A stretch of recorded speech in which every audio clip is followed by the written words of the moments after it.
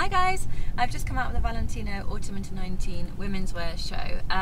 Valentino has been, for lack of a better phrase, absolutely killing it at the moment. Everyone is completely besotted with Paolo Piccioli's Valentino, and what he offers for couture is just a divine, romantic, just scape of beauty. And if you watch my last review of Valentino, Gianluca Longo and I are particularly gushy about the collection, so I'll try to be a little bit restrained this time around. The collection was shown as per usual for Womenswear in the Hotel National des Invalides, which is a beautiful space, kind of glass lining each side, and so the nature really comes in, which is really important for Paolo's Valentino because there's often flower motifs throughout, so lots of intarsia in previous collections of flowers and kind of blown up huge.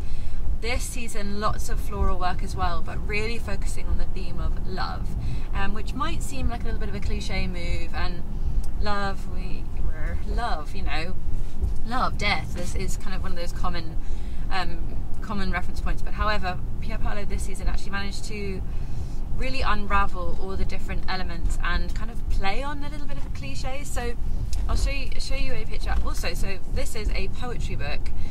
Everyone was given a Valentino on Love poetry book on their seats, and there's 4 poets that Paolo chose to work with this season. So some really beautiful poems in here. It's Greta Bellamacino, Mustafa the poet, Ursa Daly Ward, I really hope I'm pronouncing that name right, and Robert Montgomery. And Robert Montgomery, this piece was blown up huge on the wall in lights, which was absolutely amazing to see. Really, really striking, breathtaking, particularly amongst the glass and the nature that you get coming in. So a really beautiful setting. Something that Paolo does really well with Valentino is really set the mood with music, and there's often beautiful operatic sounds at the couture which gets everyone's hearts aflutter. And this season, rather cleverly, he'd played on all the different kind of typical love songs, but rather than being cheesy and there wasn't any Marvin Gaye or Al Green or anything in there, it started with the instrumental soundtrack from In the Mood for Love, which is, for those of you who don't know, really beautiful cinematic film set in Hong Kong, I believe, in Cantonese, and it's all about this forbidden love, 2 lovers whose partners cheat on them respectively with each other, and there's a real push and pull throughout the film. And so I love that Paolo is kind of using this. It's not about just infatuation or falling in love immediately or just undying love. It's about all the difficulties that you sometimes get with love. So the push and pull, the forbidden loves, and then we get a bit of Solange later on, and then finally we end with Kissing You by Desiree, which is from Romeo and Juliet, which is the ultimate kind of sad love story. So I love all these different elements of love that are coming through in the music and already really tugging at the heartstrings, as Paolo does, perhaps better than most. And so let's talk about the fashion. Beautiful long line flowing dresses, as we're used to with Valentino, and what Paolo does really well is capture movement. And I can't tell if some of the looks were cut on the bias because they had such a flow to them. Some of them were incredibly simple, off the shoulder, long line on the torso, and then beautiful A-line to the floor, but almost seamless, so they had a real flow to them.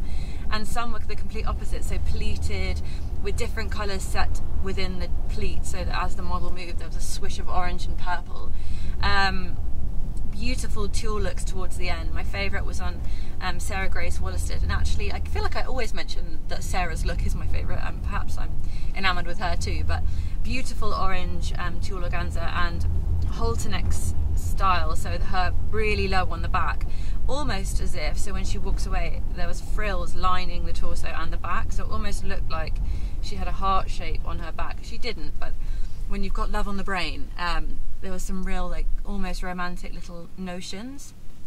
And really key to mention is that introduced this, as I said, there was intarsia in previous collections, but introduced in this collection was much more kind of cartoonish prints and embroidery. So we started off seeing in the first looks some digital prints of the kiss by Rodin, the famous statue of the lovers embracing, and some flowers and butterflies. That's digitally printed, and then on top of that, in some cases embroidered roses on little cropped jackets, followed by long beautiful pleated skirts, and then that starts developing further throughout the collection. So then we start getting kind of cartoonish embroidered clouds and beading of butterflies and roses, and then further on again we get a beautiful shearling coat, which has prints of these within the shearling, and then on the hood popping out the back of the coat are some of the poetry that we have in the book. So really lovely. I'm not normally that keen on kind of printed words. I think it can really cheapen a look,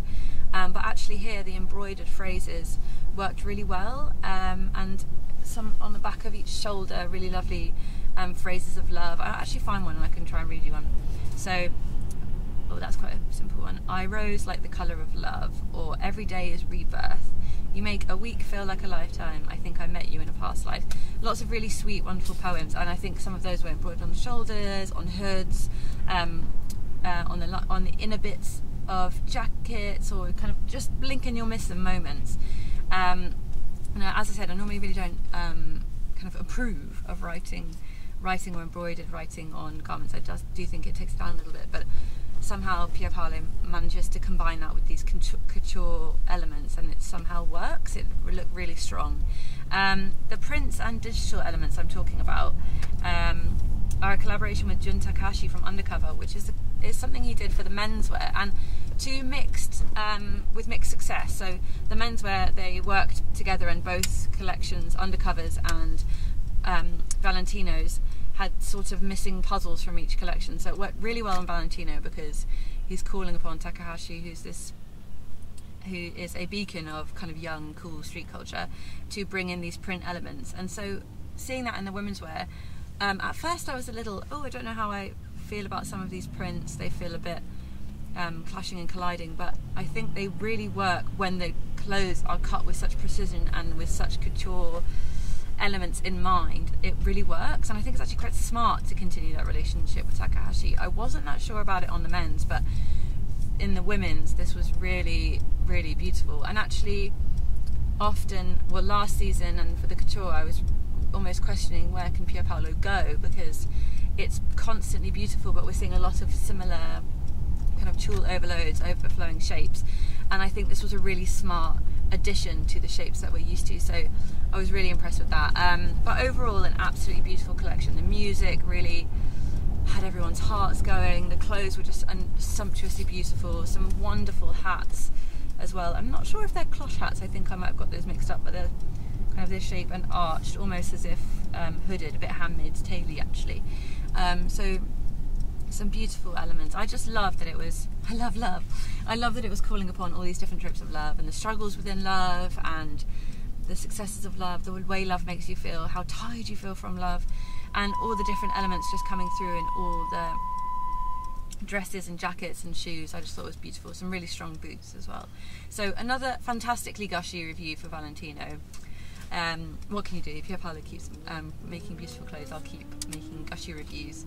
And actually, I don't think I was the only one that was moved by such a collection. I saw lots of tears as I was heading backstage, lots of people wiping their faces in emotion. So if that doesn't signify a great show, I don't know what does. Thank you guys very much for watching. I think I will leave it there before I get any more emotion. I'll leave it there. Please do subscribe to make sure you are following all of our live reviews. And I'll see you guys very soon. Bye!